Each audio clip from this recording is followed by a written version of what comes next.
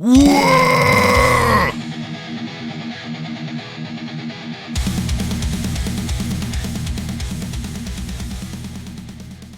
how's it going? I'm Ryan, your unexceptional craftsman for this build, and today I'm going to be making a wooden model of an Ork Killa Kan from Warhammer 40k. As I'm sure you can probably tell from the chopped up pieces in the background, this was intended to be a nutcracker, but my project management skills are unexceptional, and I failed to meet that deadline yet again. So instead, I made a simpler, less functional shelf piece that still retains some of those nutcracker features. Thankfully, I already had some cedar on hand that was roughly the size and shape I needed. Cedar is good for a project like this because it's lightweight, soft, and easy to work with, though you do have to pay attention to grain direction because it can split easily if you're not careful. I've created spaces for the mouth and face shield to go. Now I'm fine-tuning using files and small chisels to get to that final shape that I'm looking for.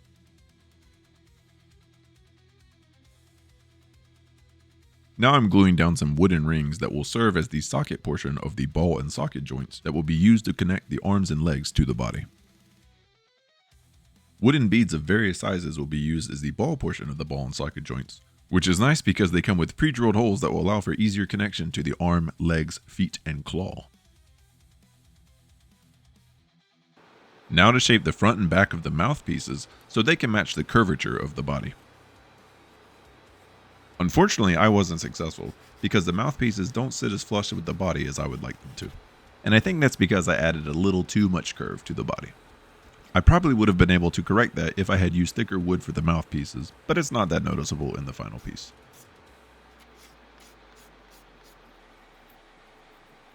The upper mouthpiece is made of 2 pieces of wood glued at an offset to help lessen the depth created in the gap between the upper mouthpiece and the lower mouthpiece when glued to the body. Hopefully seeing it in practice will help that explanation make sense.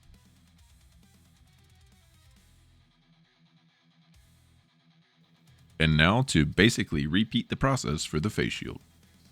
For those that haven't seen my other videos, I typically use a laser cutter for various components of my builds, which is why you don't see me physically cutting these pieces out. Now, could I cut them out by hand? Probably, but I ain't trying to get crumped by my wife or Adam for moving slower than I already am. Now I know just about diddly squig about Killa Kans, so I can't tell you what these pieces are intended to be or do, but they were in a lot of the reference images, so I figured they must be important.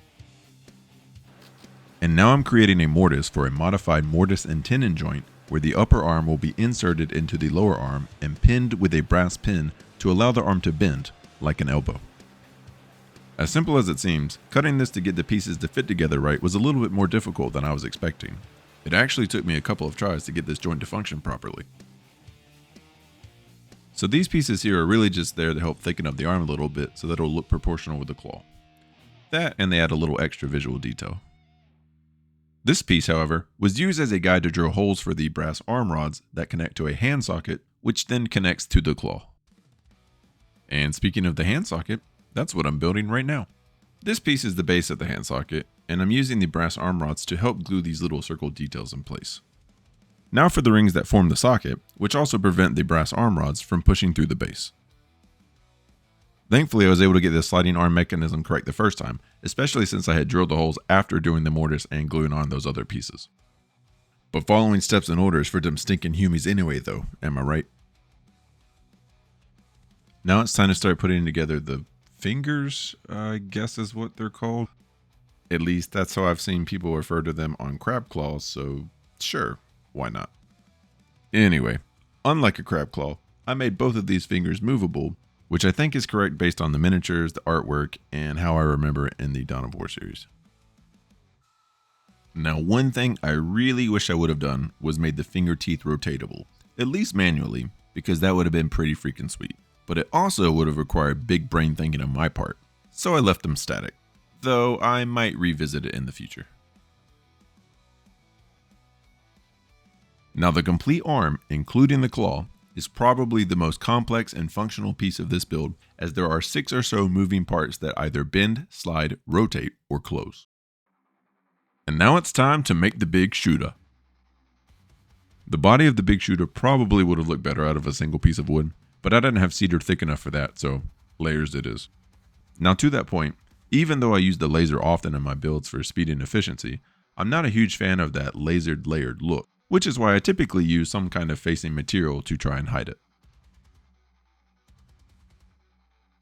I chose to use solid brass rods for various pieces of the model, mainly because of the added strength and weight, though hollow brass rods probably would have been fine enough. I think I just like the extra heft that the solid brass adds to what would otherwise be a very lightweight model. I decided to go back and drill holes into this, what I think is a heat dissipation device, just to try and better match the reference images. And with that complete, the big shooter is done. Now I'm cutting the tenons of the upper arms to fit in the mortises of the lower arms that I cut earlier. This required a bit of finessing to do, and even with that, I still had to add and sand a layer of superglue just to get a proper fit.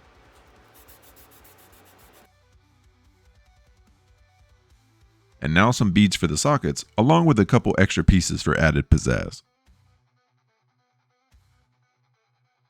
Now, for whatever reason, I decided to hollow the model out. It's one of those things where I didn't really have a plan for it, but it still ended up being useful in the end. And in case you're wondering, I finished the hole on the drill press with the piece properly clamped down for safety. So let me start this section off by apologizing for my zogging awful filming. I didn't realize that one of my big old hands was blocking the camera, preventing most of the work from being seen. But hopefully there's still enough visible to get the gist of what's being done.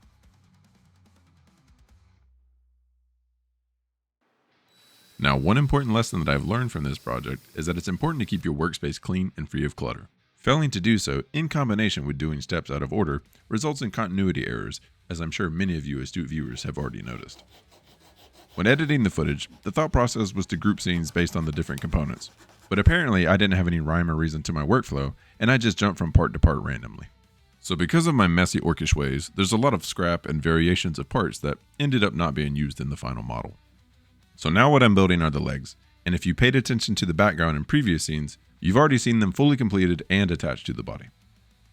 Now unfortunately, the proportions are a little bit off due to my use of layers and limitations on the thickness of available wood for those layers.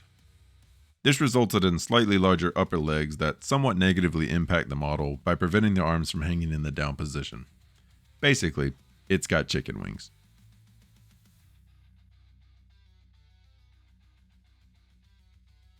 So while there aren't that many pieces for the lower leg, I actually struggled quite a bit aligning the holes of the upper leg with those of the lower leg collar. For whatever reason, I just couldn't get it to where the brass rods weren't crooked. It took me multiple iterations of that collar to finally get the holes to align properly.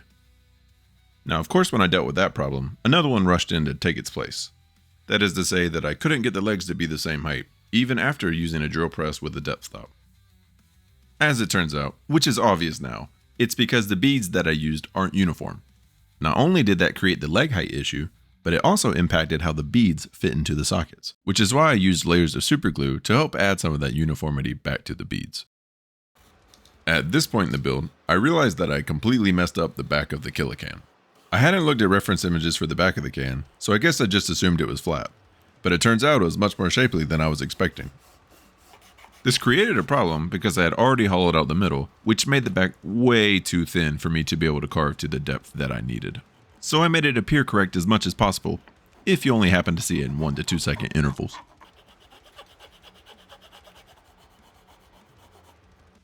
Now it's time to glue on and shape the viewport frame, along with shaping these other little face shield pieces. All I'm really doing is rounding over some edges and creating depth so everything doesn't appear so flat. So this is part of the tiny little hinge that I made for the hatch door. For those with keen eyes, you would have seen that it broke, which happened many times. So I covered it in superglue to help keep it together. Now for some reason, and I don't know why, I cut out the middle of the hatch door, so here I am gluing a new one in, which turned out to be way more work than it needed to be. This spoke wheel handle, however, went together smoothly, and it's glued in 2 layers so that it sits slightly above the outer ring of the hatch door. Now after tapering the edge to the proper height and gluing the hinge down, we've got ourselves a functioning hatch door. This is just some shoulder armor made of 3 layers of wood and glued to the body. Nothing too complicated. What I'm working on now is the Killa Kan's exhaust system backpack thingy. I'm carving this channel out of the middle to make the backpack detachable so that it can be easily swapped with backpacks of other styles and functions, like the one you'll see at the end of this video. So I was going to leave this backpack with a rough sawn cedar look, but I didn't like how it meshed with the rest of the can visually, so I decided to clad it with the same planed and sanded cedar that I used for the rest of the build. This was the correct decision because it resulted in a much more cohesive look, and I was able to add extra details that would have otherwise been difficult and time consuming had I not gone this route. And here I'm just gluing down the little block from earlier that serves as the connection mechanism for the detachable backpacks. Alright, so this piece is the extra front plate mouth protection armor with what will eventually become the tusks. It's technically made of 3 layers of wood, although 2 of them are almost completely carved away except for where the tusks connect. This was done for holes to be drilled so the tusk could be physically inserted into the lower mouth protection plate. And with that, we are on the final pieces, which are being shaped to connect the mouth plate to the body of the can.